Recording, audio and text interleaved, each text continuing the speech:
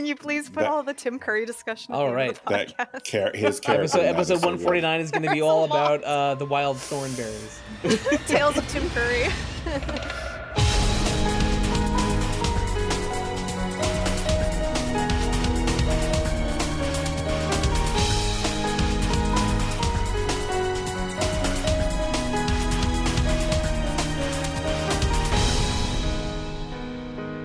Hello and welcome to episode 148 of Rhythm Encounter, the RPG fan music podcast. I am your host, Mike Salbato, and I have a great panel with me today to talk about some Tales music. So we're going to start off by introducing someone you probably know, Mike Sollosi. That's me. Hi. Hello. Wes Iliff is here. Hi, everybody. And returning after a very long hiatus is Stephanie Sybydlo. It's Steph back for RPG Fan Radio. I don't even know the last one you were on, so I'm excited to have you here. I don't know. It's okay. I'll come back. I like it. Yeah. We already got sidetracked, like chatting for like 20 minutes. Nice. I know. I almost wish. I almost wish I was recording because we could introduce this weird cut that no one will really want to listen to, where we talk about Ferngully and Tim Curry and. Who doesn't want to talk about Tim Curry? Yeah, well, that's true. All right, so Tim Curry episode of Rhythm Encounter when? Can we talk about the many attempts from Tim Curry of Russian accents? Because there's been a few of them. We can just do an entire episode on, what was it, Command and Conquer Red Alert 3? Oh my god, please. Off to Spice! George Takei and J.K. Simmons are no slouches in that one either. So the fact that Tim Curry looks like he's about to break into a laugh, that just totally makes it perfect. Yeah, I mean, he's cracking himself up. It's fantastic. Unfortunately, I don't think any of those actors have voiced characters in Tales games, even though now I wish that they had. It is cool how many big actors have voiced in big voice actors have voiced in Tales games. True. So yes, as I mentioned, we're here to talk about Tales music. This was a old topic, like 10 years old now, that we're now finally doing. I think it was like the note on it was like happy 20th anniversary Tales series, and now it's like, well, guess what, next year, happy 30th anniversary I Tales know series. That was you were like, hey, just so you know, in 2014 like if we do this year, I had to go back and like look, because like we've changed platforms since we originally talked about doing this. So if you look at the comments on there's comments attributed to non-existent accounts. So I was like, who said this 9 years ago? So yeah, long time coming, but I'm happy we're doing this. So yeah, what I always like to ask this. So what drew everyone to this episode? What made you want to talk about Tales? If there's anything beyond I like Tales music. I could just be such a sap about the topic. Like, it's one of my first RPG series, and it just kind of has a very cozy sound to it. It's not always the best, and like almost to a point, but it's just very cozy music. I think personally I associate Tales games with a specific time in my life when I was trying to play all of the PS1 and PS2 RPGs, probably that's a good slot. Yeah, probably my most excited time for the series was the 2000s, and I was I was downloading the anime openings. I was trying to import or find translations of the Japan only ones, and just talking about Tales and listening to Tales music brings me back to a very specific flavor of RPG nostalgia that's very fun and exciting. Let's just say how cool it is. It's one of the few games with like a 16-bit anime opening. Yeah, Fantasia, like J-pop vocals. Phantasia, maybe the Lunar games are like some of the earliest anime openings vocalized. Yeah. I don't think the guys going in Street Fighter 2 counts. So it's always been they've always had impressive audio presentations, but I don't know. There's something about the energy of a Tales of opening, and then the Sakuraba, or usually Sakuraba soundtrack, permeating throughout. That's just, I don't know. It's just, I'm saying I don't know over and over. It's just a very specific kind of RPG that I got into at like exactly the right age, and I'm even excited for recent Tales games as well. So it's always been not a favorite series of mine, but one that I've loved for many years. I think it's always described as comfort food, like the comfort food RPG. Mine's maybe a little bit different because I freaking love this series. Go on RPG Fan, look up the game primer. Hi, that's me. But I really fell in love with it because it was the multiplayer RPG I shared with my friends. So many of my memories are tied to like good experiences in high school and college with my friends playing through these games. And even as multiplayer's fallen by the wayside, like that nostalgia still kicks. The amazing openings have always been a high point for me. But the music, while Sakuraba music can bleed together, which I'll get a chance to talk about a little bit, like when he's on, he's freaking on. Yeah. You can see examples of Sakuraba really pushing himself and going outside his comfort zone. Mm-hmm. And the Tales series has plenty of those throughout it. You just have to look at Sakuraba's best and you really see where he shines. Like, Yeah. You know, there's a few soundtracks that you just can't even imagine without him. And if anyone ever complains about Sakuraba seeming unchanging or the same, just take a look at his list of credits. He's so insanely prolific that it's remarkable that that he has this breadth of a career. And I'm gonna give him a pass that maybe not all of them hit the highest of highs. Didn't he do the first Mario Tennis too? Yeah, I mean that was a Camelot joint? And a bunch of FromSoft stuff. So I mean, yeah, he usually does the Camelot soundtrack. So he did like Golden Sun and some Mario sports games. Yeah. Yeah, we had on our Halloween episode, a couple episodes back, we had Hillary brought a Dark Souls song, and we talked about that a little bit too. Where like whatever people think about him, it's like, oh well, this all sounds the same. It's like that was a good this sounds nothing like you expect. So like there's some of his stuff that just sounds totally like a different artist. Yeah. Sometimes he sounds exactly like he does, and sometimes he just sounds very unique. Yeah, well, it goes back to that thing, about why do so many Tales games sound similar? It's like, well, because the direction to the composers are make this sound like this. So, then they succeeded. One last Sakuraba comment, and this is related to his work with Camelot. Maybe my least favorite Japanese RPG is Beyond the Beyond for the PlayStation 1. Yeah, that was coming. And Daring. And Sakuraba did that soundtrack, and I will say the soundtrack is not even in the... That game has a lot of problems, but Motoi Sakuraba is not one of them. Preach. I did a birthday post for it recently. It was so cool to see so many people coming out for it. Really? Oh, I remember. Now I think I feel like I needed to take a shower after reading that. Some were like, it's really good. I'm like, ah. And a lot of people saying like, it was my first RPG, and I'm like, that's people in 1996 waiting for people in 1996 waiting for Final Fantasy VII to come out had a lot of choices. Yeah. They had like that or Wild Arms or Suikoden 1, and let's just say that Beyond the Beyond's the wrong choice. I remember that year I was playing SNES stuff. Like it was all the late SNES stuff, which was really, really good. If the early PS1 stuff was. If rose-colored glasses are thick enough, do we call them something else? Like if it's like multiple layers of rose-colored glasses. Rose-colored telescopes? Yeah. You like some rose-colored binoculars. Hey, we picked good music here. Yes, we did. Let's talk about some Tales music, actually. Not that I'm not enjoying this conversation. So our first block is from me and from Wes. So we're going to start off today with Risk It All from Tales of Crestoria.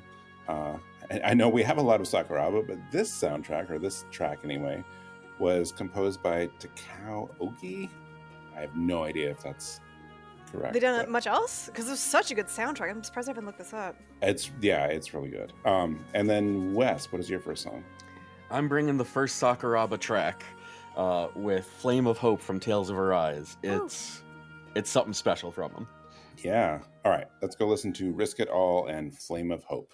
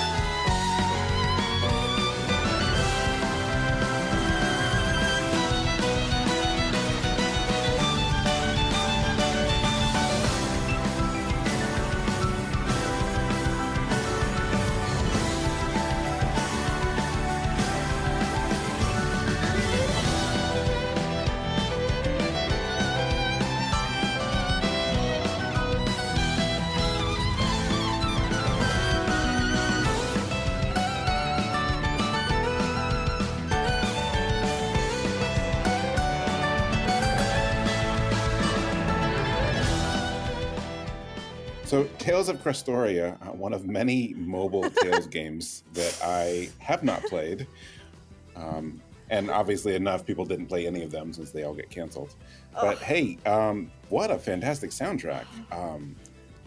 One of my things going into this episode, since I don't know Tales as much as the rest of you, is I wanted to go a little weird with it. So I almost tried to go just mobile games because I'm like, no one's going to pick these.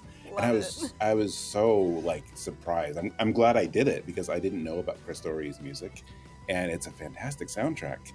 And just before the break, games, you can at least know the musicians really showed up to work that day. Yeah, and like we were talking on the break here about this composer and the other ones that worked on this, and like all of them have very few credits. Like they obviously, I don't know if they're just new to composing or just new and they don't do a lot of game composing, but wow, so good. I would love to hear more from them, especially like some of the composers on this game also did Tales of Zestiria, which also is you can't play that anymore either, right? No. So like I want them to be on something that people can play and like is accessible. There's a lot of demand for Tales of Crestoria to get its own actual game. Like a lot of people who have played it wish it was a single player version.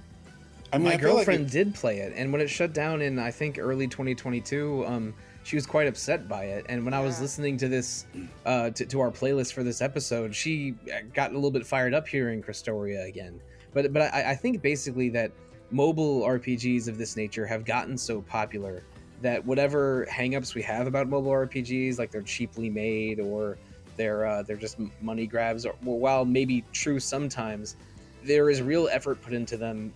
At least the good ones nowadays. So sometimes you do get a shockingly good soundtrack like a Crestoria or Agamatsu's soundtrack for Brave Exvius, which I listened to many times in the 2010s. Like I have not played Tales of Crestoria. This song was a fun discovery for me, but I'm not that shocked it's a banger because sometimes you do see those mobile RPG bangers. So, quick fun segue. One of the people who did help with music for Crestoria was Yasutaka Nakata. If you don't know who that is, it's okay. It is the music producer of the major J-pop group Perfume. Oh, really? Okay. Yeah, which is actually pretty cool. Yeah, the sound is very much vibes with like that kind of more kind of pop, which is really cool. Yeah, I can see that. Yeah. So unless someone knows, like I'm guessing this could be a battle theme or something, but at least has the energy of a battle theme. It really sounds like a lot of other Tales work too. Like they did a good job imitating. Yeah, like either a battle track or like one of those, motivated heroes story scenes. I think it's a battle track. My partner made a comment of that nature to me a couple days ago. But, okay. But I'm not 100% certain. It's the arena battle theme. Got it. Oh, well, there you go. Just Wes pops in with the answer while we're just hypotheticalizing. I love a like really. Thank you. I love got muck on the brain. Yeah, I love an energetic battle theme like this, like with a focus on strings, because you don't get that too much. Well, have we got the series for you, my guy? Right. But yeah, I thought it was so much fun. Like I had this like stuck in my head. I'm going through like so many different songs, and like I kept coming back to this one. So I'm like, this has to be the one. So yeah, really great time. Of course, now it does make me wish I had at least tried playing it when it was around, but we'll see. Maybe another release one day. The Tales series is home to a lot of like pretty solid mobile games that get crushed within like a year. It's terrible. I know. I feel some encouragement that maybe a standalone version of this could happen eventually, because we have things like Rockman X Dive. Yeah. But also Namco's doing an okay job of re-releasing old Tales games, even though I mean people don't have a lot of kind things to say about the most recent version of Symphonia. But we're getting Braces F like freed from its PS3 prison in a couple of months. Yeah. Xilia's probably up on the. I think Exilia 1 and 2 are on a list somewhere. We got that very nice Vesperia remaster a couple years ago. Whoops. Time is a flat circle. I wouldn't say never, but they have a lot of work to do already, so we'll see. Yeah. It doesn't happen as much as I wish it would. We have things like the Animal Crossing mobile game is getting exactly what people would want. It's like for ending service, you get an offline one. But then they didn't, Square didn't do it with the Nier game, even though they probably should have. They probably should. Of all the games that needed to be preserved. That'd be another one that'd be like a cool, like make it an actual release, just kind of condense it. Yeah, and I could see that.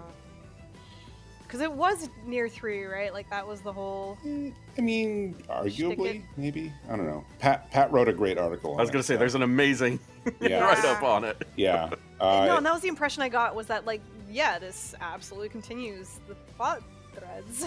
Yep. Like, it totally goes off the Nier replicant version, whatever, that ends with the big flower and all that stuff. Mm-hmm. Yeah. Anyway, so yeah. Mobile games, man. Even if you're not playing them, at least listen to their soundtracks, because holy smokes, yeah, they really pull together to make some really beautiful stuff for these games. Yeah, they can really surprise you. Yeah. And then, obviously, it's not any kind of secret why I paired these two songs together, but also great strings in the Tales of Arise song. And I like just picturing you with a violin trying to play it right now. It's kind of lovely. No, look, I have my guitar in the other room that is mad at me for how long it's been since I touched it. That came out weird, but you know what I mean. Strings untouched. Strings untouched. But yeah, like the Arise song is great. I like the interplay of like the plucky accents with the more violin sounds, and it all comes together really, really nice. And in a different way, but it's similar to the Crestoria one too. Like I just like the high energy levels and the spirit of it. So, yeah. For a battle theme, if you're going to be hearing it a lot, let it be just unbelievably pleasant and good. Yes, and sure. You are going to hear this theme a lot. Yes. Like if anything, I really like Tales of Arise. I haven't played the DLC, but I did play it the year it came out. Quite with aplomb, I guess. But if there's a criticism, it's that battles go on a little too long, and they sort of feel a little bit too much the same by the time you get to the, fourth or fifth zone. But at least they give you a banger of a song to, for all of those random battles. Or I said, there's enemies on the field, so they're only semi-random, I guess. But like the song from Crestoria. This has like interplay between acoustic guitar and strings. It has it's very up tempo, forward momentum, high energy. Even though we weren't sure about Risk It All, like both of these are pretty unmistakably battle songs. Yeah. And yeah, I mean, Wes, you're the one that brought Flame of Hope to us, and you probably also got a little sick of it by the end, but it was only quantity and not quality doing. But I tell you, a couple of years later, with a little bit of time to rest, it hits. Yeah. So perfectly. Like honestly, it almost hits better than it did the first time, like listening to it now. Because in a vacuum is so nice. Like, yeah. It's so easy for these tracks to kind of go with the electric guitar for that energy, but no, the acoustics are really pleasant. Well, the thing about both of them are they take two of my weaknesses in RPG music with an acoustic guitar and a really driving violin track. There you go. Which I absolutely adore. Crestoria, like, I'd played a little bit of the game, but that music was just completely forgotten to me, because a lot of times with mobile games, I'm not really paying attention to the music. Sometimes it's muted or very low. Yeah. Such a shame. Consider me blown away that this game actually has a killer soundtrack. Yeah. Something that I'm going to be listening to while I work for the next week after this. And I mean, it hits those same tracks. Like, the reason I brought Flame of Hope along was really solid, like, actual instrumentation, because a lot of times in the Tales series, there's a lot of like heavy synth orchestrated tracks that Sakuraba brings to bear. Yeah. But these both feel a little bit more like earthy and real. Yeah, that's a nice way to put it. And honestly, one of the things I loved about Flame of Hope is this sounds straight out of Baten Kaitos, honestly. Yeah, good This point. is such a Baten Kaitos-ass battle theme. That's actually a fabulous point. Yeah, like I'm like projecting it now. I can hear it for that for sure. Like a lot of the chords he hits, and like kind of the staccato nature of some of the violin. I think he gets some organ in there too. A little bit. Yeah. I love a good battle organ. Sakuraba loves the battle organ. Sakuraba loves electric piano or organ in his battle themes for sure. But Baten Kaitos was always like my favorite Sakuraba soundtrack. So good. And this hits those same highs for me, which is impressive given that I'm not the world's biggest Sakuraba fan, although I am one of the world's biggest Tales fans. But Funny. when he hits so freaking hard. And yeah, the little bit of Spanish flair to this one is why I think it hits even more home for me. The way that the guitar is played, it's very much that like kind of plucking Spanish guitar style acoustic, which I'm a sucker for. I almost want to say like I like how Shiina kind of used that kind of same fiery motif in Zestiria like that, you know, to kind of give it a bit of an earthy sound as well, kind of give it a Spanish kind of sound to it. Part of me wishes I brought a Shiina song, but we'll get to talk about Shiina at some point here today, I believe. Yeah. I made sure of it when I saw what everyone else brought. I'm so glad, because Shiina is one of the best things to happen to Tales music in its lifespan. Just in any game that's lucky enough to get him, really. Exactly. Yeah, pass him around. Like, I'm just glad he's working. The temptation. Yeah, I Yeah, know. I was yeah. The temptation to dive deeper. I really like the like that really low violin at like the middle point of the song though, like as well. Like it's just I don't know. It's just so much flavor to this song. It's just lovely to listen to. These are just two absolutely killer tracks, and I'm so excited this is what we started with because it's I know. so high energy, which is where we're at due to like an hour of talking about Tim Curry. Our energy's already riding high. He's a sort of unseen special guest on our podcast today, I guess. Should I put Tim Curry in the graphic for this episode and just see? There's like, make him look like Leon though, like from Tales of Destiny 2. How do we improve Tim Curry? Give him a bright pink cape. That's the answer. Tim Curry's kind of the fifth Beatle in this episode. You know what? I won't speak for Tim Curry. I don't know how he would like anime here, but I feel like he wouldn't argue against the pink cape. I would. He like was in that. an anime. The Cat Returns. Oh yeah. That's right. Yeah. Yes. Okay. So yeah, we're allowed to talk about him because I thought you were Ghibli gonna has also done RPGs. So Okay, I thought you were gonna try and tell me that The Wild Thornberries was an anime. What a good one it would make, but no. Steph, I like now, like 40 minutes in, we're like justifying. It's like, oh, we can talk about this. Like, well, we already have. I'm so good at this. Oh, okay. Okay. Does anyone have any other thoughts, or do we want to jump on to our next block here? Let's fight. No, the next set. Okay. All We right. got more goods to come, right? Yeah. I think we're All right. technically still fighting in this next set. Yeah. Yeah. That's true. That's We true. went from battle music to boss music mode now. Yeah. So, what is our next song, Sollosi? It is Fighting of the Spirit, which is the main boss track from Tales of Phantasia and Tales of Symphonia, and probably others that I'm forgetting. But this track specifically is the Phantasia version, arranged by S.S.H. This was really good. Yeah. I have some thoughts on this, but of course they'll save for after the block. Yeah. And Steph, what's your first song today? Mine is The Arrow Was Shot from Tales of the Abyss. I love that title so much. Yeah. I was All right. going between this and another game that I wish we kind of talked about because we don't really have a chance to talk about it. But also because I love the title as well. It was Battle Organization from Tales of Rebirth, but I went with Arrow Was Shot. It's just a little Nice. cooler. Okay. Let's go listen to the Fighting of the Spirit remix and The Arrow Was Shot.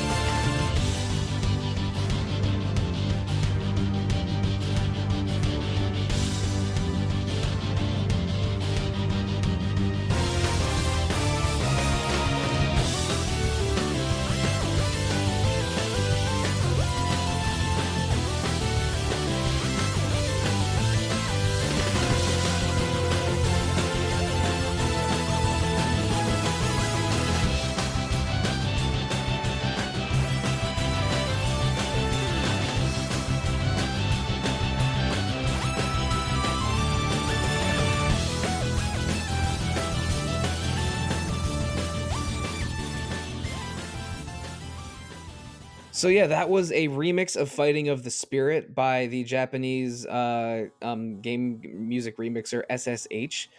And this is the Tales of Phantasia version of Fighting of the Spirit, but that song shows up in many different Tales games. Before I get into the song itself, I want to talk a little bit about the background and sort of my own personal context for it. In the 2000s, in my teens and early 20s, I just went ham on the video game like remixer community. I was downloading every new track from OC Remix. My gym playlist was probably entirely game remix tracks. I was just sort of devouring that part of the community with a lot of passion at this time, and there are many like me that are doing the same or similar. And I stumbled across SSH somewhere in the middle of that, probably in the mid to late 2000s. And this was a Japanese game remixer who did entirely hard rock or metal remixes of game music. I think I had a couple Castlevania songs of his that I really love. And I would compare him to an OC Remix regular like Goat or Protricity. It's just very layered, very high energy hard rock remixes. But SSH had a website and a YouTube channel, but they are now gone from the internet. There's no presence of this person that I was able to find recently. All of their surviving tracks are uploads by other people, but credited to him on YouTube or probably some download services nowadays. So I like to think that they've just retired from remixing music and are living a quiet life somewhere. But yeah, like most of what you see of this oeuvre is from like archived uploads from 8 to 10 years ago. And but for a while they were a very fun but slightly enigmatic remixer in like sort of at the edge of the English speaking community of game remixers. I just think this song is so well suited to a high energy metal remix because it has sort of the soaring guitar as its main voice. It sort of goes quiet and then loud and then quiet and has the persistent I think it's organ in the original Tales of Phantasia, but in this remix it's mostly guitar or maybe harpsichord going like that sort of driving counter melody with the main melody really just adds drama to the fights. And if you've played Phantasia or Symphonia, you probably have one or two boss fights you specifically associate with this track. For me, it's that little magic jerk that killed Arche's friend at the beginning of Tales of Phantasia. Spoilers for a 1994 game, I guess. But no, not the friend. Yeah, I know. It's I don't even remember their name. That's how important the friend was. But yeah, like I think it's just a really exciting, dramatic boss fight that and when I listened to this remix of it that was on my that's been on multiple laptop hard drives of mine over the past 20-ish years, it takes me back to that very specific time in my life when I was just going nuts for the newest game remixes I could find. And this and it almost feels like lost media because SSH really isn't on the internet anymore. I know you were, maybe wavering on bringing this since it was a remix, but I'm really glad you did. But I was probably at the same time you were in that same scene of like OC Remix back when I know I've mentioned this on the show before, but I remember when OC Remix had so little music and were such a new site that every song was accessible from a single drop-down menu. Like that's how you got around the site. But yeah, I have a big soft spot in my heart for fan mixes and arrangements, and it really didn't matter to me how often you might see like, here's this old RPG song, but now it's a rock song, because it's just fun. It's really cool, and back then, the hardware all these games are on couldn't do that. So it was always just so interesting to see what people would come up with for these songs, and I enjoyed this one so much. It's just a blast all the way through. So I'm sure if I looked up a bunch of old remixers that I like too, like many of them are not around. They're not all, Zircon and some other people from OC Remix. They're still around making music and making games. So yeah, I want to check out more of their stuff now too. So I'm glad you brought it. I didn't really think to put like a OC remix or whatever up on here, but like no, I'm glad this one made it. It was very good. I hadn't heard it before. I'm kind of actually in the camp where like I've heard what was it? Fighting of the Spirit so much where I just wouldn't have even thought to put it on here. But no, this one kind of surprised me. S.S.H is very good. I'm sad they're gone. I'll say maybe the most poignant thing I have to say about this song is that usually when we're talking here, I'm listening to the songs that we're talking about in the background. Yeah. But this one goes so incredibly hard that I had to turn it off because it was like taking all of my focus away from the conversation here because it just goes so freaking hard. Like absolutely that old OC remix feel where like, okay, let's take this song from a game that I love and jack it up to 12. While still being recognizably that song. I mean, this is why I loved video game remixes for so many years in my younger days, and why I still have a soft spot for it, is stuff exactly like this. Especially from, I mean, Phantasia is an all-time classic. There are so many versions of it out there that... And the version that we got in the West is maybe the worst one. Which is heartbreaking. Yeah. Why? Why are we this cursed? I don't know. I maintain hope that some new remake or a port of one of the like good. Do they have one more versions, remake in them for old time's sake? Just for the Gipper. Listeners, if you want to play this game, maybe look up Through Him 413 PS1 version on Google, because that's the only website that there is. But I mean, and I played Tales of Phantasia for the first time in the early 2000s because I liked Tales of Eternia so much, and they're like, oh no, did you know that that's the third one? And I went back and found Phantasia, the famous DEJAP version. So like I also associate this game with me engaging with RPG communities and downloading ROMs for the first time. So like and that goes hand in hand with me, downloading so many game remixes. So like Tales of Phantasia itself and this remix specifically sort of go hand in hand and taking me back to that time in my life, which I'm still engaged with somewhat because here I am on an RPG fan podcast. But I don't know, it's just such a very specific nostalgia for a game and a song that I really love. I'm glad we have a few tracks that go to the very beginning, that are taking us right back to game one. We did have a different remix of Fighting of the Spirit on Retro Encounter. On Rhythm Encounter. I'm used to saying the other one so much. But it was on, I think, episode 9 in 2013. Oh, that's a long time ago. So maybe 2014. So I checked the master list to make sure I wasn't repeating anything. So I figured it had been long enough that we could bring it back. Yeah, for sure. And I think that was an EDM remix of the song. Oh, so we've never had the original straight up. No, I was debating doing this version or maybe the Symphonia version or maybe something from a different game, but it was so fun listening to this version of the song again that I decided, this is the version of the song that my heart is with, so that's what I'm going to bring. Yeah, no, that's the right choice for sure. So, you want to talk about that Abyss song too? Yeah. Oh, me? Oh, should I or should Steph? Whoever wants to, really. Okay. Sorry. Yes. I don't know. I don't really have anything cool to say about it. I just think it's a really, really rad theme. It totally suits the kind of early energy. It's very spunky for the beginning of the game. Like I said, I think the title is just one of the coolest. Like the arrow was shot and all commotion broke loose or whatever. I can't help but think of Tyr singing a little bit during it as well. Because like all of her spells usually involve singing, because that's how the magic be done. And yeah, I don't really have anything to say. I just think it's like kind of one of the really tight and cool sounding Sakuraba battle tracks. I'm really sad that it goes away as soon as it does for something a little melodramatic, battle themey for me. I think this one's way better.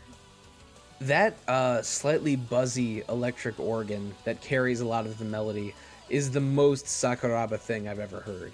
Yeah. Like you hear that, it's like, oh, this is an early Tales or Star Ocean game, or maybe Valkyrie Profile. Because it just sounds so spunky, video gamey, RPG. Like I don't know, it just kind of nails the tropes, I guess, of the music. Yeah, it's so like obviously synthy, that Yeah. that it's like, oh no, this is music, this is video game music. Yeah. But also I'm here for it.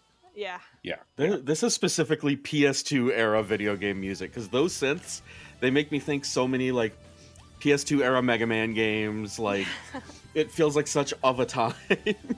Yeah. But it also really matches. I feel like Sakuraba's in his comfort zone dealing with this kind of synthy music.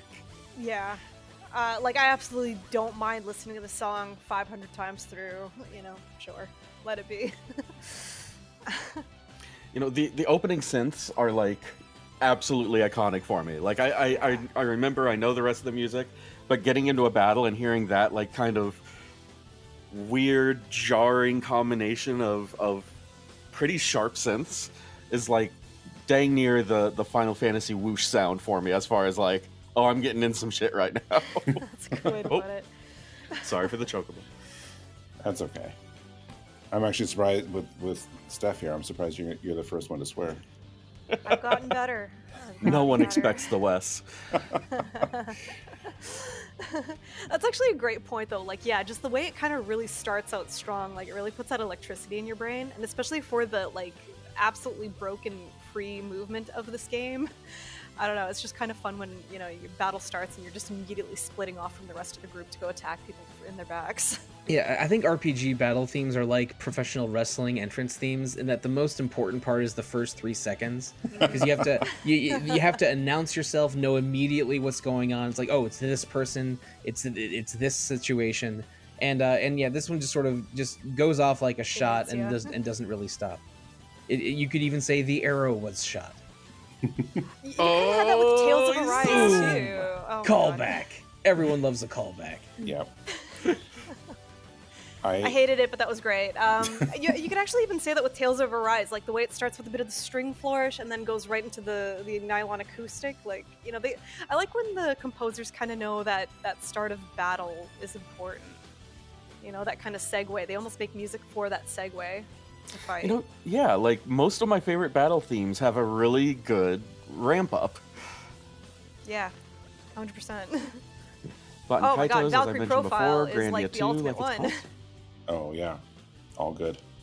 I enjoyed. You know, one of the ones I was looking at. I enjoyed it. One of the ones I was looking at for this was Tales of Destiny, because it's the one Tales game I played through to the end. Yeah. Oh, I'm sorry. I know. Ironically, You know did what? not beat that one. I enjoyed it enough, but like the music.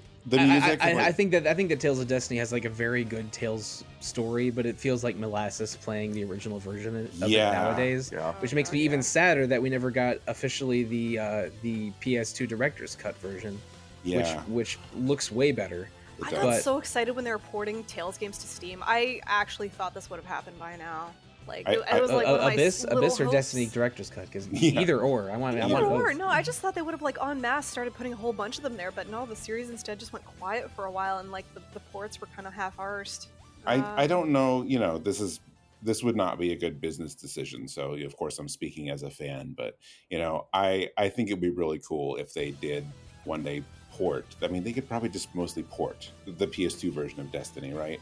And then, you know, throw in the Tales of Destiny 2 that we never got out here. Like, that would be a really cool package. Yeah, I thought that would have been a cool like throwback to fans. Like, we've seen a few even smaller developers really, like what we had Moon RPG Remix or whatever. Yeah. I never Who would have expected ever to get that game imagined? ever. No, Yeah. I still You don't. know? I still can't believe it. Yeah. Moon is one of those almost mythical games that it seemed like it would never leave Japanese shores officially. And if we can get Moon Remix RPG Adventure here now, then there is still hope for Tales of Destiny director's cut. But It was I literally don't what, and same with like Xillia. Like, people are shocked Xillia hasn't happened, and I agree. And like, yeah, like we we're saying, like I'm kind of shocked we haven't gone back to some of the other catalog items that we missed. yeah, Exilia 1 is good. We even did 2 episodes of it for Retro Encounter a couple of years ago. But it's Banco, currently when locked you to the PS3. Put out your games for sale, people will buy them. Please. Yeah. Like, I always feel like they're shocked when something sells 1 million. You know, it's like, yeah, you have fans. It's true. Actually, no. Stupid Arise did really well, didn't it? Like, it kept climbing. Didn't it become their best-selling game in the series or something? Really? The game was so pretty. Like, my god, we did not deserve it. Anyway, Arrow was Tales of shot Arise, is- Tales of Arise crossed the 2.5 million mark and became the Wow. top-selling game of the series. That's crazy. Ahead of and then the- they ahead of released multiple- a DLC like yeah. 2 years later, and Mhm. like just totally lost the Steam. You know, They're like, they're it's working not on strike. something. I mean, we know we're getting the Graces F remaster soon, but I think it takes Yeah. longer than we think to do that stuff. Yeah. I think yes, but also we're speaking as fans and not as people with any real knowledge of how much money or effort goes into these remasters. But I mean, they are releasing some things, so I think that it's likely we'll get more eventually. But it's also hard to predict. But still, I mean, like throwing logic out the window. Namco, please give us all the Tales games in English on modern consoles Yeah. ASAP. Thank you. At least on Steam. I'll take my answer like, off I the feel air. that's such a no-brainer. Get us more Tales and just do that Xenosaga collection. Yeah, no So, problem. Yeah, yeah, Easy it's peasy. fine. Easy. You can do it. I, for some reason, think Xenosaga might actually happen one day. That's I probably think it a might. foolish I hope it one, happens but- someday because Xenosaga 3 costs like $200 used. Yep. I've kept hope alive. I've still got my original copies because I will never release them. But God, more people need to play 3, especially. Yeah. Three Crazy was how much they so improved good. between 1 and 3. I And think- like they even like honed down that like very cinematic style that Monolith Soft is basically like kind of partly known for now. Hmm.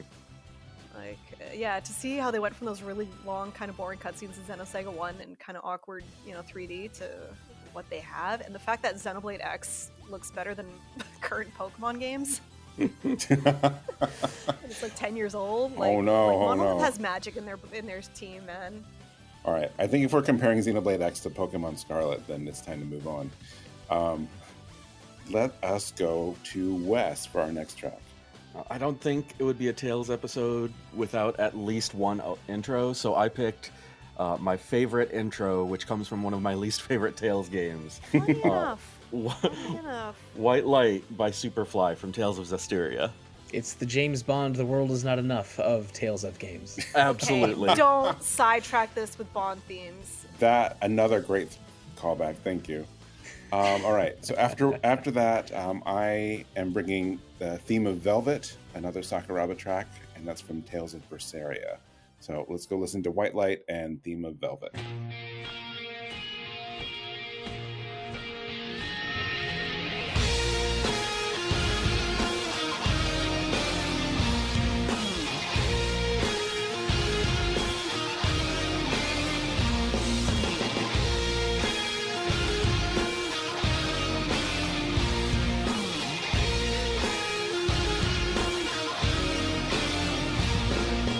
何も言わず白い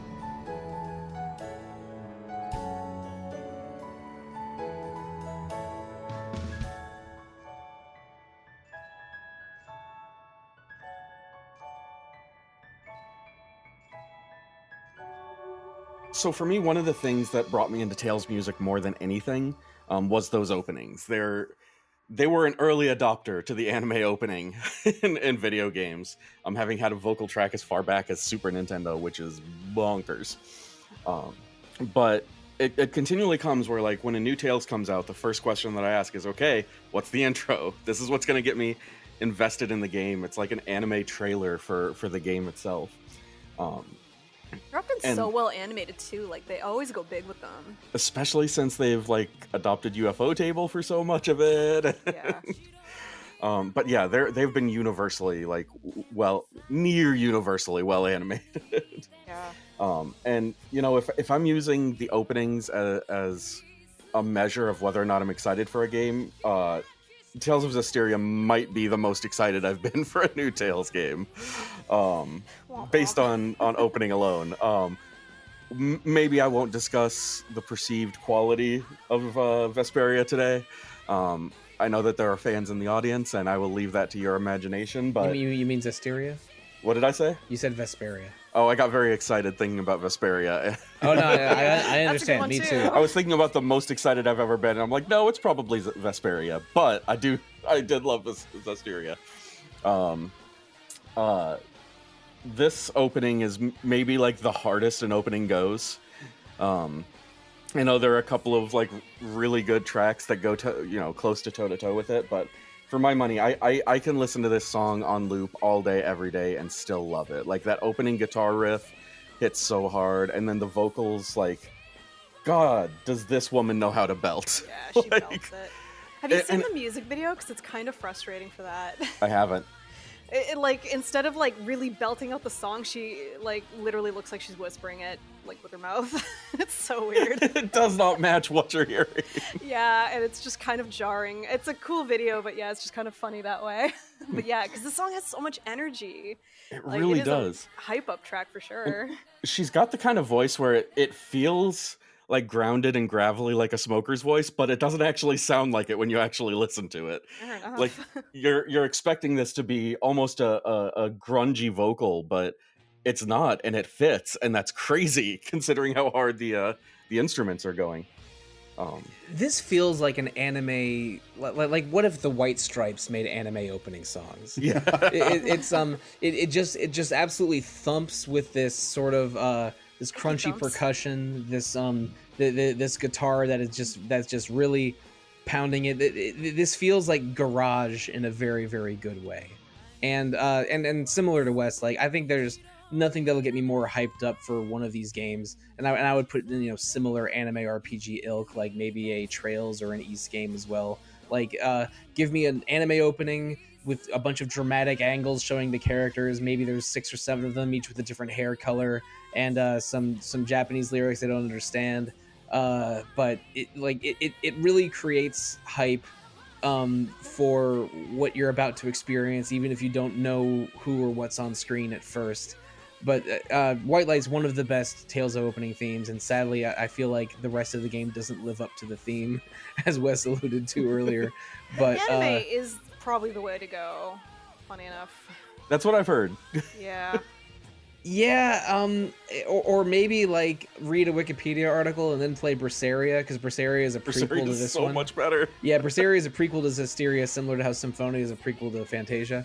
But yeah, and I played Berseria before Zestiria, so seeing a certain character that I knew was in Zestiria because of this opening was a little confusing to deal with in the moment.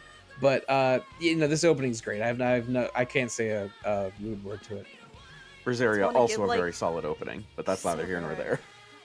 It's so pretty, yeah. The animation for it is just superb. Part where they're all changing into each other, like, oh, just give me shivers. I want to commend Zestiria. I wish they would almost do it again, because there aren't many games where 2 of your lead characters seem to be pretty gay for each other. And, like, I'm not even talking about so Soray, that's why I'm my talking about girlfriend wants to Soray play this and game Rose, with me. Okay. where, like, they totally play up her being gay with the princess. It's so bizarre that, like, they went that way with both of them.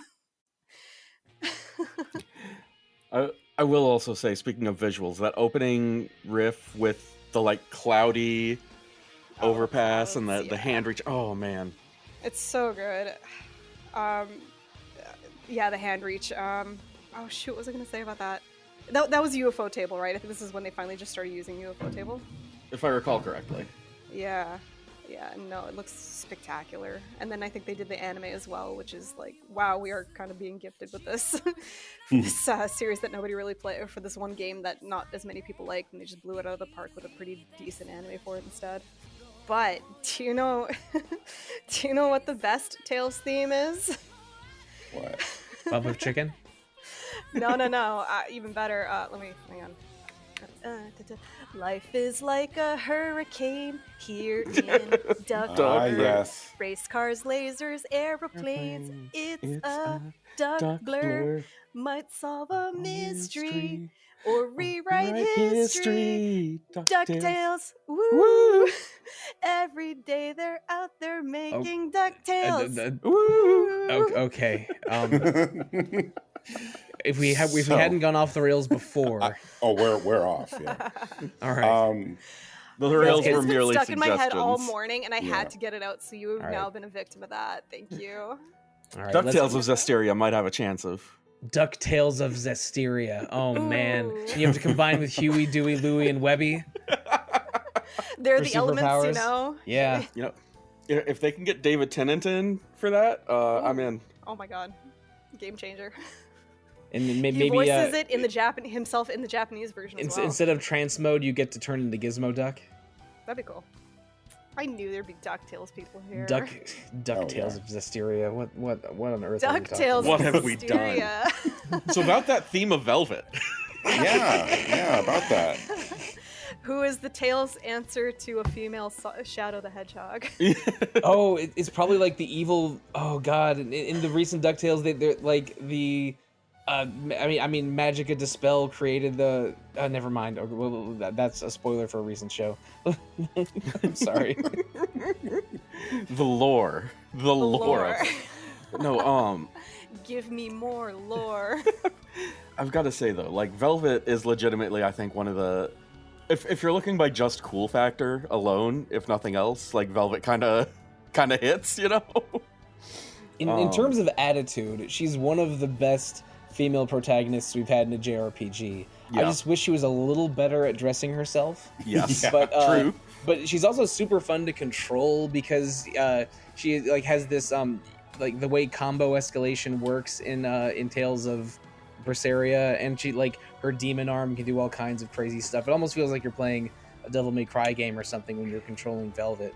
And I'm not gonna do it here, but the way that she screams the name of the man she's trying to kill really hits every time. But her theme is almost like showing her like some softness hidden by her very harsh edge. Because it's gorgeous, and I mean you hear the motifs from this theme show up in the game quite often, but it's I don't know, this just crystallizes everything that's sort of like beautiful and tragic about Velvet's story, and really makes you want to like murder that guy who destroyed her family. And like the underpinning of it is so melancholy, which is, you know, very much on surface you can tell that about Velvet. But It's true. It's good they went like dark and sad with it, because a lot of the heroes are just like spunky boys, you know, with can-do spirits. No, this is about murdering a man. when they let a Tales protagonist be a woman, they tend to hit pretty hard for me. Like they tend to be pretty solid. And both Velvet and Mila have pretty incredible hair. Exactly. Oh my God. Yeah. I know this isn't about Mila, but man, is Mila the best. I love her, yeah.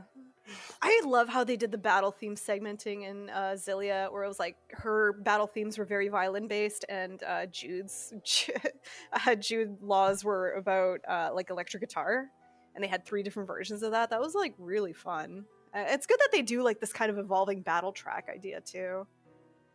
Man, I was so excited in the run up to Xillia because instead of getting a Fujishima or an Inomata game, it was distinctly a game with 3 characters each designed by one of the 2 main designers. Whatever, we're sidetracked again, but R.I.P. Inomata-san. Oh my God, I'm so sad about that.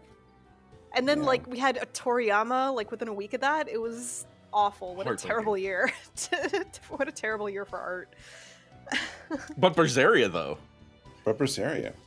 Yeah. Yeah, Mike brought this. What? Sorry, Well, no, I I was was getting gonna- sidetracked. I was like, who's the other character she designed? Shoot. I want to comment a little bit on White Light first, because Yeah. this is maybe the first time I've ever written the words "hot damn" in my show Fair. notes. Hell yes, I did it. Yeah. No, I again, as someone who doesn't play a lot of Tales games, when I hear like intro song for an anime style JRPG, I'm like, I'm not stereotyping, but I'm like, I think I know what I'm in for here, but that's okay. I mean, it still sounds good to me. Not what I expected at all. I was not prepared for what this song was. So good.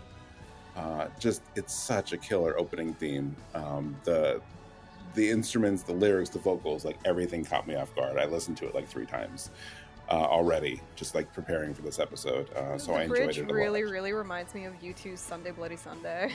If anyone knows it. Yes, not a comparison I was going to make, but I can see it. There you go. If I didn't already know the general reputation or feeling of people's thoughts on the game in general, I'd say that makes me want to play it, but I think I'll just stick with the intro music. So a lot of fun. Really happy you brought that. And then for Velvet's theme, I really love a song that has like a nice like slow build, and I like how Velvet's theme takes almost a full minute to get going. Like it really like lets it sink in. Right, yeah. Yeah, It really and then evolves like throughout the track, yeah, and then like it kind of like from severe to sweet, you know. yeah, like the main part of the song probably kicks in like a minute 15, and it's really sweeping and dramatic. And I like the interplay between like the strings and like there's like very distant like background vocals and these cymbal crashes. And then it changes again, like 2 minutes in, it gets like heavier instrumentation, and just it really builds to this really great like one might say a crescendo. A terrible joke that I almost didn't make until I looked up tri crescendo and found out they actually did co-develop Berseria and a bunch of other games. I knew they were in there somewhere. I was like, oh wow, it's literally this I really game. like that joke. I have to keep this horrible joke in here. I'm really sorry, but anyway, I'm glad Steph liked it. I'm happy with both of these songs I at really like least. Tri Crescendo. I What are always they forget- doing now? They're doing a lot. They're busy. You never hear about them, but no, they're always doing something. It looks like Are they just like co-developers on a lot of stuff, I guess? it seems like it. They worked on Smash Brothers Ultimate, Tales of Arise, Gran Turismo 7. So I'm like, all right, you're still pretty active. So, all right. I think that does it for block 3. Let us go into our last block. Steph, what is your song here? My song is, we're going right back to the start, Mystic Forest from Tales of Phantasia. Sorry, I said it like that. It's okay. And Sollosi. Right, my second song for this episode is Sunlight Filtering Through the Trees, composed by Shiina and from Tales of Legendia. Oh, we're going to be talking about Oh, you both did it. All right. All right. Let's go listen to Mystic Forest and Sunlight Filtering Through the Trees.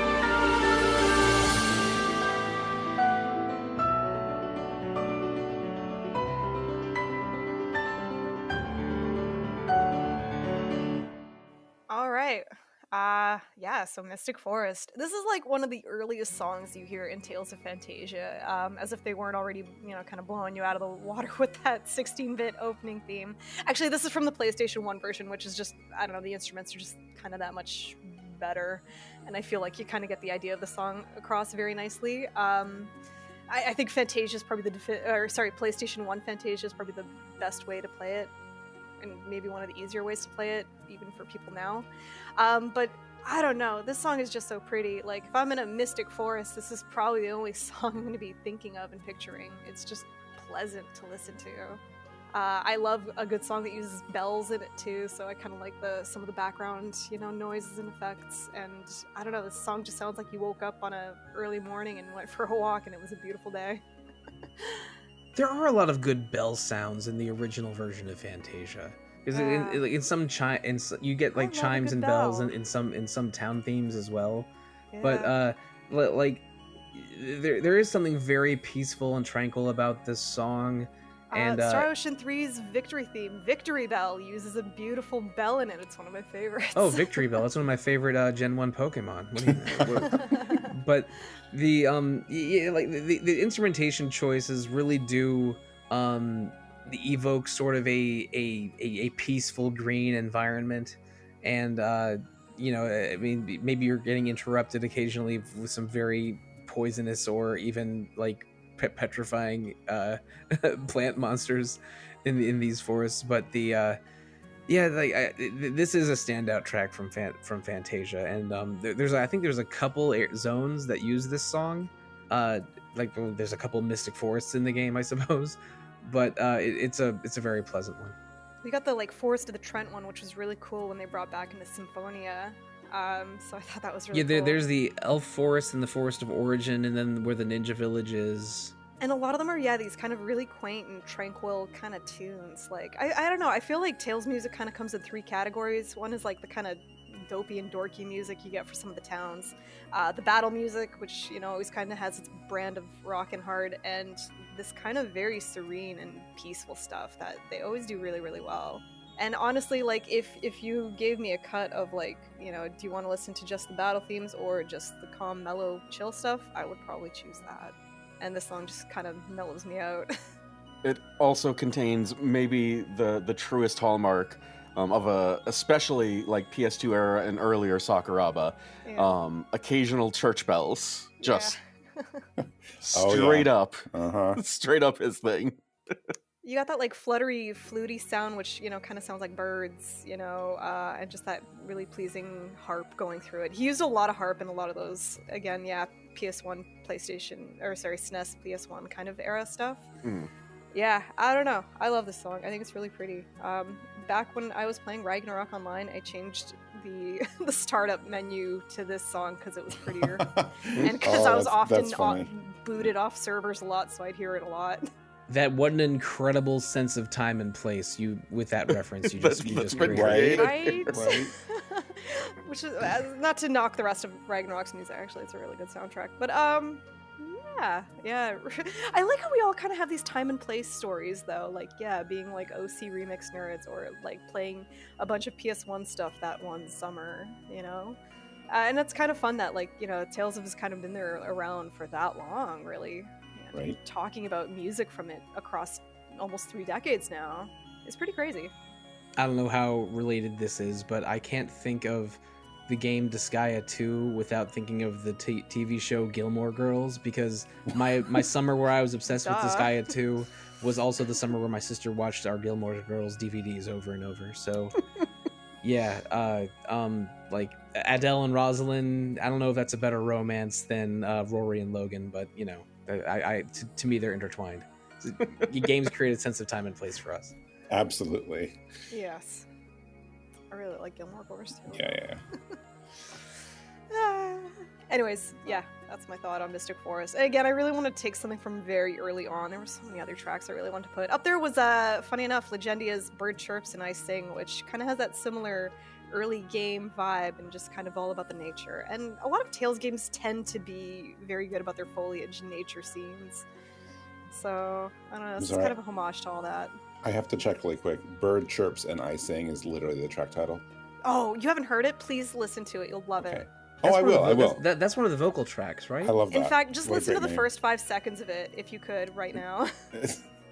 And well, I mean, while Mike's doing that, I came to this episode really wanting to do a Go Shiina song somehow. And when I glanced what everyone else picked, it's like, all right, I got to go with something from Legendia, because if this series has a black sheep game, it might be Tales of Legendia. Oh yeah. It looks sort of not like even the quality of the sprites are sort of a step below Abyss and Symphonia, which both came a few years before this. This was a Tales game that it also didn't have multiplayer. It reused every first half dungeon in the second half of the game, which is really frustrating. There's a lot of weird event flagging where you miss skits or even items very easily if you just go to town at the wrong time. So there's a lot of frustrating things about Tales of Legendia. Graphics were weirdly beautiful for it too, though. Yeah, They looked like candy. Yeah, they're I sort wanted of to eat smooth. everybody. They're sort of smoothed over, but the character designs themselves are, I think, pretty appealing. Yeah. And, I don't like using this word, but the locations were exotic as hell. Like, they just looked so fantastic and strange. Yeah, they look almost alien, or compared to what a more traditional fantasy setting like other Tales of games. And it's kind of fun when you go with like different creators for these kinds of things. They do something very different sometimes. Yeah, but Legendia, like you were alluding to, there's a this is the first game in the series that didn't have Sakuraba as the composer. It was Go Shiina, who did like Mr. Driller, and for a while was in a God Eater prison with Namco. He also contributed to a bunch of Soul Calibur and Tekken soundtracks. More recently to Harvestella, which is also very good if people want some good Oh, listening. that's cool. I didn't know that. And also this was a game that did not have Inamata or Fujishima designs. It was Kazuto Nakazawa, who was also the character designer for the anime Sengoku Basara and Samurai Champloo. I was gonna say, in the U.S., people probably know him from either Samurai Champloo or the Breaking the Habit Linkin Park music video that he animated. Oh my god, that is! Oh, that's incredible. Oh my I god, it love actually that. looks like that Kill Bill segment. One of my favorite artists. Yeah, and I love him. Nakazawa also did the anime sequence in Kill Bill Volume 1. Oh my god, this is just like completed a circle for me, like of like related artists to that. That's really cool. Yeah, Legendia has, and also Legendia didn't have main Tales of Studio people working on it. It borrowed people from Namco's arcade division to design the combat. So it goes back to 2D plane combat. Does not have multiplayer in it, but also has things like grappling finishers and a rather insane amount of juggling that you're capable of doing. I love it. Your main guy uses fists. One of the girls uses bubbles. Like another one of the chicks uses an urn. It's like, what are you fighting with? It's real strange. And Moses fights not with spears but with throwing javelins. So he's always got like kind of a different gimmick to it. But also the second half of the game, it reuses dungeons in the first half, which is annoying. But it's also like 6 character quests. While it's sort of like part 1 of the story is kind of the Sinel and Chloe. Sinel and what's the girl's name? Not Chloe. Shirley, that's it. Yes, the Sinel and Shirley. Nobody wants to remember Shirley. Yeah, no, she's not my favorite Tales of character. But it's like the first half of the game is sort of the Sinel and Shirley main quest, and the second half is Will and Jay and Chloe and Groon and Norma and Moses's like individual character stories being played out to their conclusions. One of those 6 ends up being maybe an incarnation of the Mana Goddess ? But it's a weird one. It's a very weird, different Tales of game with different staff and art and artists that we're used to.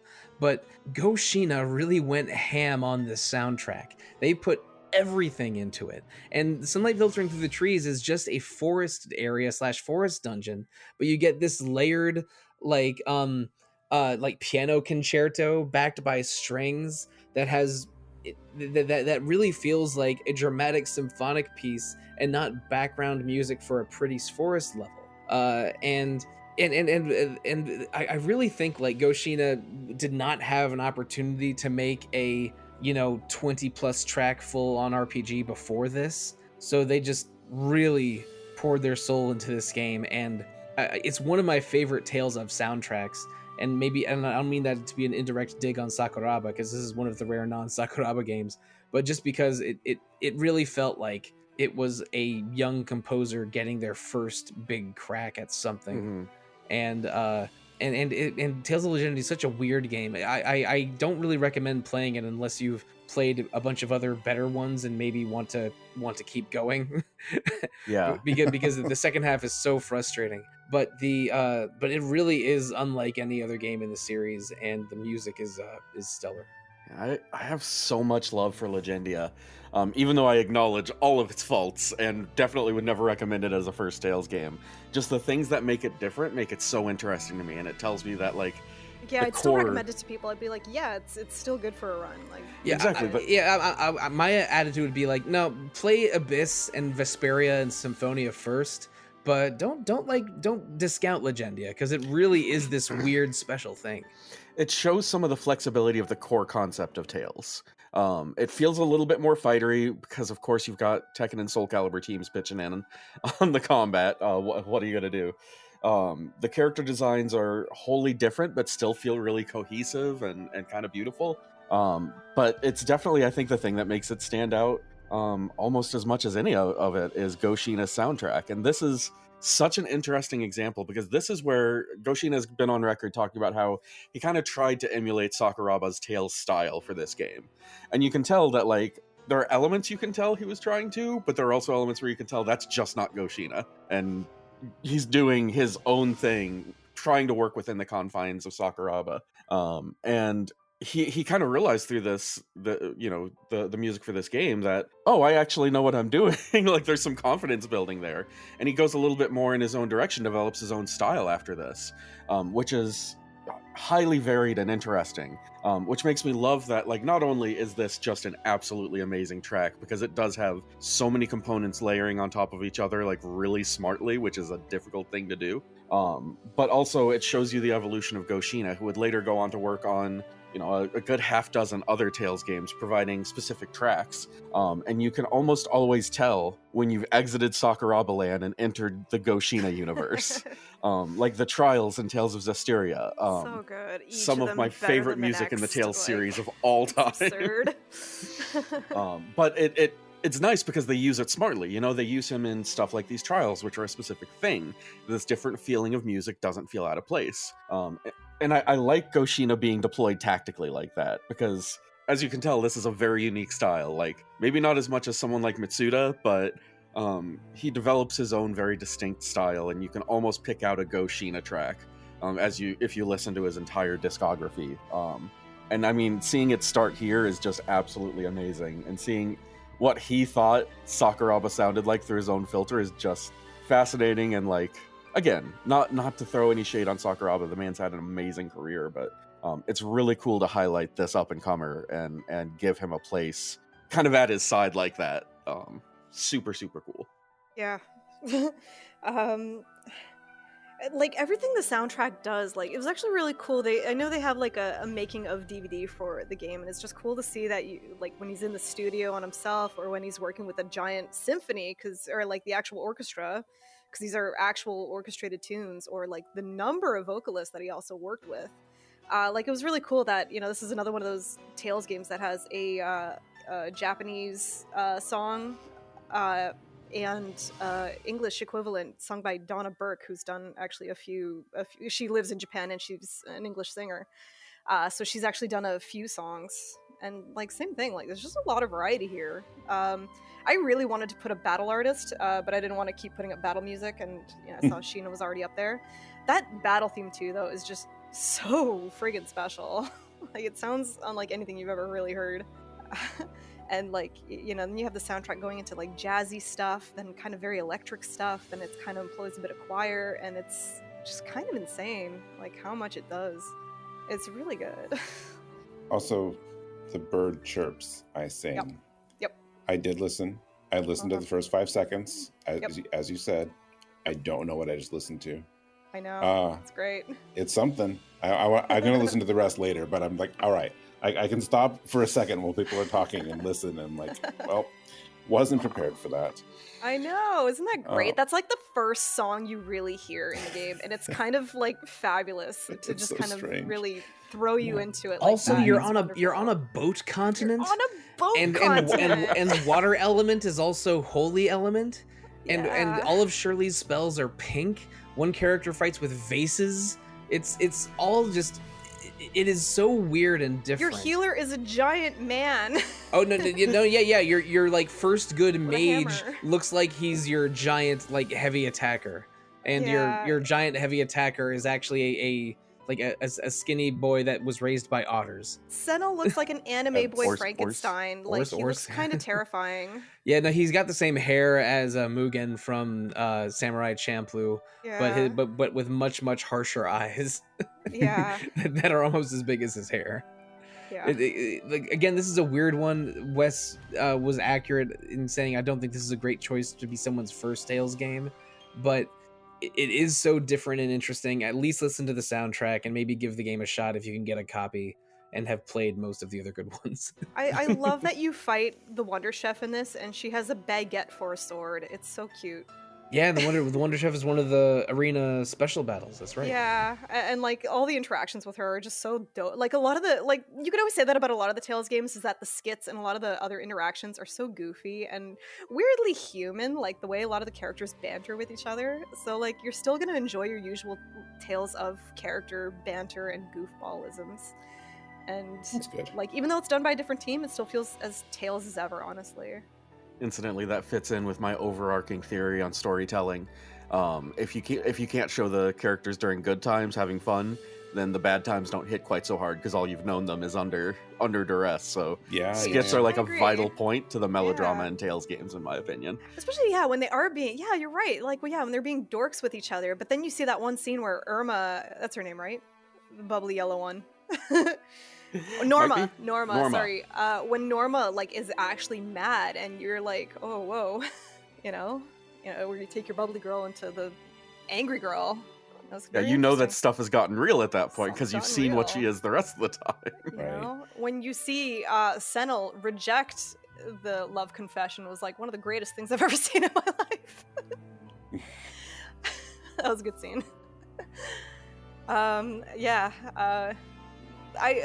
Despite the faults of Legendia, I still think it's a really special Tales title that, again, I think it's like been marooned on PS2, hasn't it? Yeah, I don't think they've ever done anything. I else don't with think it. there's any way to play this thing legally without a PS2 disc, but Yeah. it's I'm not even sure what the demand is for a remake of this thing, but again, I just it's a black sheep game of the series. Like, what if Tales of the Tempest was good?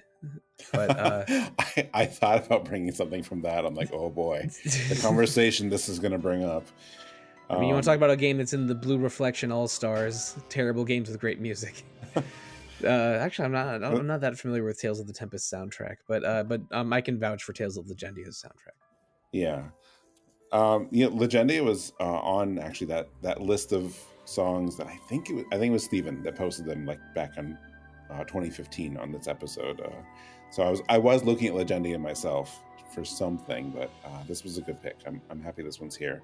I like that we have two, foresty sounding songs today. It was actually the easiest block to put together, but this one, both of these songs I think just have like really nice, like peaceful vibes, but very different Such approaches. different ways they approach it. Yeah.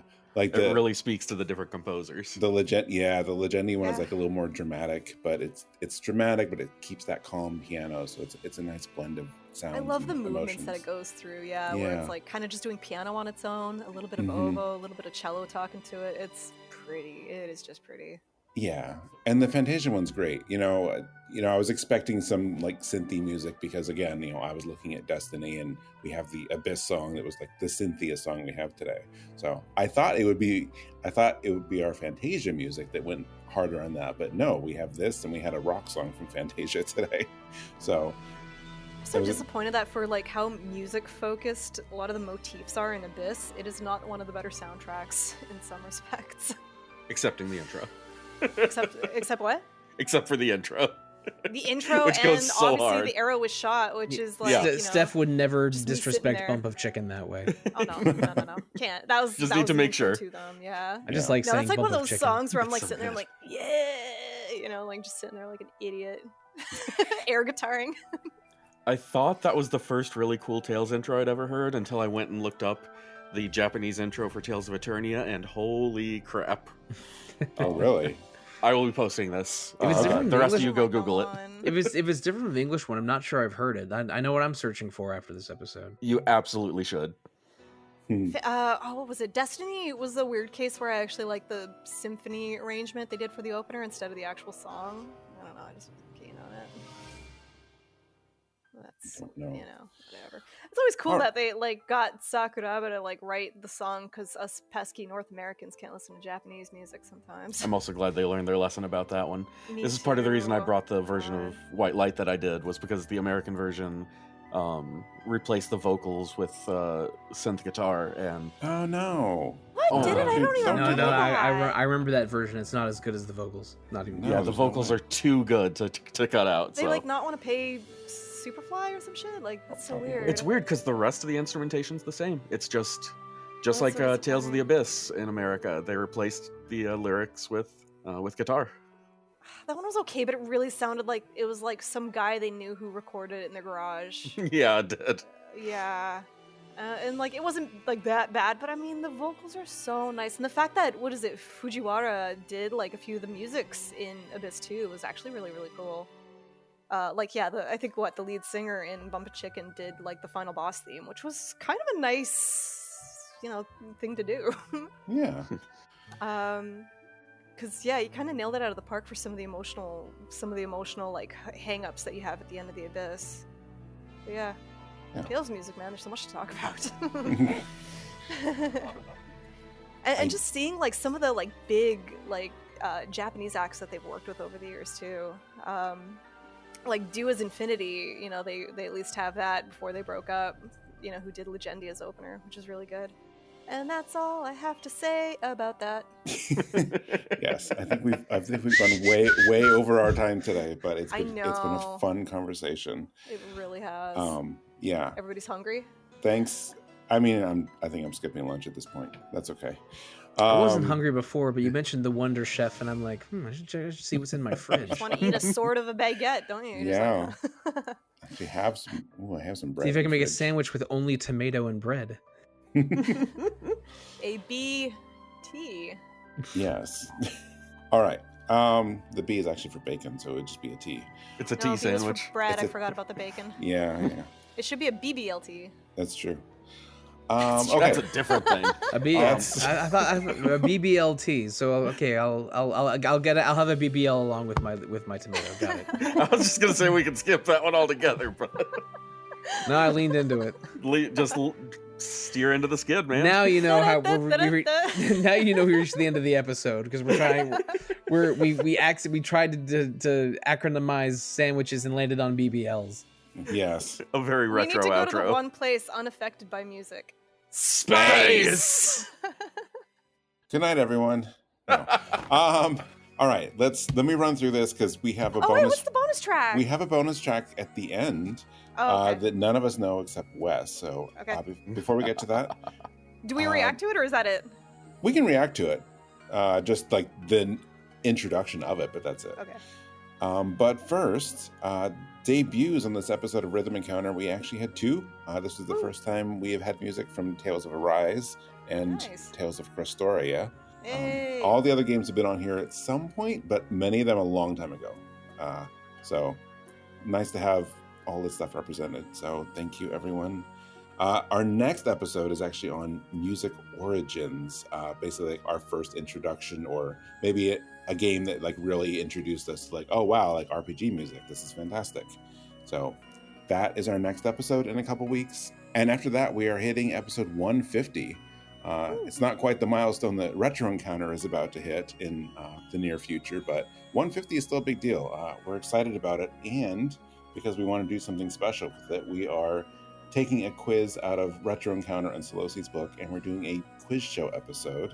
I'm very excited about that. We have most of the questions and answers finalized now. I'm looking forward to it. So yeah, check that out. So we're doing Origins and then a quiz show. So that is what's coming up on Rhythm Encounter. If you have thoughts on that, on any topics or this episode, you want to tell us your favorite Tales music, you can reach us at music@rpgfan.com. I'd actually love to hear other people's opinions because I am a dork for Tales music. Yeah, for sure. I mean, hopefully If we'll only get some... if only you had control of the RPG fan social media page, you could ask that Exactly. question to as many people as possible. If That only. too. True. I get shy about asking those questions. No, ask it. Then Like, make especially Lucas do it. especially stuff like this. Like, That's a solid point. especially Yeah, stuff like Wes. this. Post the episode and be like, hey, you know, what I are some plead of the your fifth. favorites? Speaking of social media, what is the best way for people to reach you, Steph? Reach me at Dice SMS everywhere. So like dice like the throwing dice and SMS like the letters. I talk about music here, but my channel is usually all about art stuff. So please follow me if you like the pictures. Beautiful art stuff. How about Thank you, you. Wes? I am officially done with Twitter. It is gone. It is deactivated. So you can find me on Blue Sky at Lone Weasel. Nice. And Sollosi. You can find me on Blue Sky, Instagram, or RPG Fans Discord. On all three of those places, I am at Evoker for Dogs, and I mostly post about video games, tacos, and Japanese Power Rangers. Beautiful. Okay, if you enjoyed this episode, we are, of course, not the only podcast on the RPG Fan Podcast Network. We also have Random Encounter and Retro Encounter. When this episode goes up, Random Encounter will have just posted an episode focused on the Dragon Quest III remake, because that will have just released. Definitely looking forward to hearing that, and I think I need to play it. I am way behind on Dragon Quest, and like if I'm going to jump in, this is where I should jump in. It's okay. So- It's okay. I think Wes and I have played enough to make up for you and Steph. Probably. It looks so good, though. I Yeah. can't wait. So that's Random Encounter. Retro Encounter, meanwhile, is in the middle of a Zelda month. And do you want to talk about what's going on over there, Sollosi? Sure. November Nintendo to Remember is going on right now on Retro Encounter. Maybe not in that order, but we're doing 4 Zelda episodes in a row. The first 2 should be out by the time of this posting. One fantasy draft on Legend of Zelda characters and items and locations. So exciting. Then a spoiler cast on Echoes of Wisdom, the most recent Zelda game, which released a few months ago. Mike, you recorded that episode with myself and Tin Manuel from the news team. Yes, that was a lot of fun. And the last 2 episodes of Retro Encounter in November are dedicated to the, this little indie Zelda game. Don't know how many people have played it. A Link to the Past. Maybe you've heard of it. I have heard of that. Yeah. Indie. I love calling You it. can, What are you your can only play it on descriptors? Japanese Teleview sets. It gets really weird. There's a Book of Mudora in it. I don't know. No one cares about that thing. YouTube hidden gems. We're doing 2 episodes on it, so why not? Yeah, that's exciting. I was too late to sign up for that one because I would have loved to do that. I need to replay that one. All right, so you can also find RPG Fan several places online. We're on Facebook, Instagram, Threads, Twitter. That should have said Blue Sky somewhere in that list. Usually you'll find us at RPGFan.com, except Blue Sky, because we got RPG Fan on Took there. it. Yeah, all of these links are in our show notes. We're also on Twitch, YouTube. We have a Discord. Our website is rpgfan.com. I'm actually pretty happy Blue Sky has been taking off pretty well lately. Oh yeah, it's doing great right now. Yeah, So yeah. please join us there. Like we'll be posting the stuff there if you're, not keen on the crowd and Twitter anymore. And I don't blame you. Last thing on the site is our shop.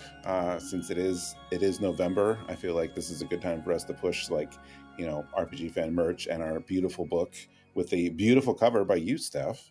That book came out. That's almost a year old now. We're almost at the 1-year anniversary of our review card collection book. I love it. So if anyone listening, if you still don't have one, it's a good time to pick one up, whether it's for you or a gift or whatever.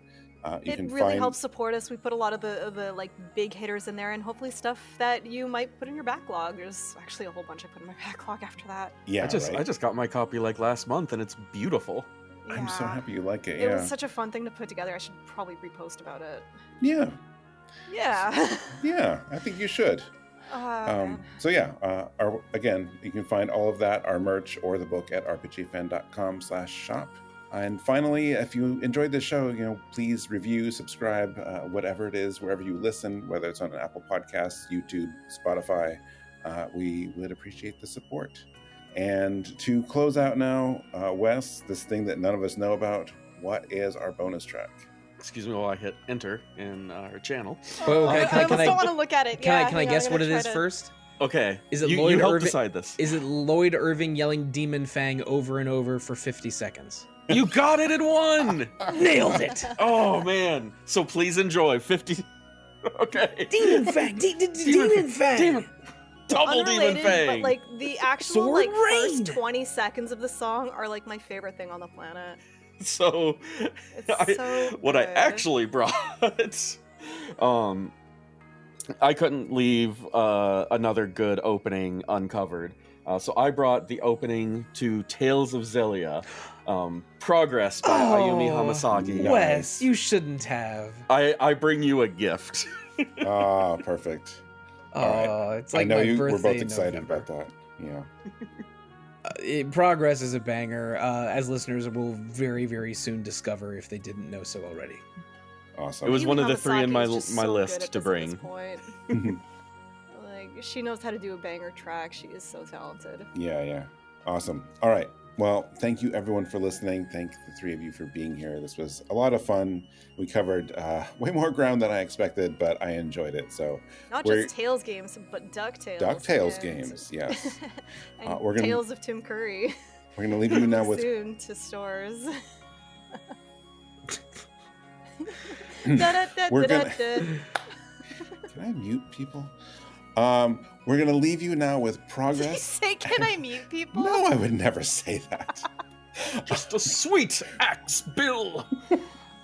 We are going to leave you now with progress, and we'll see you next time. Thank you, everyone. Bye. Blathering blatherskite!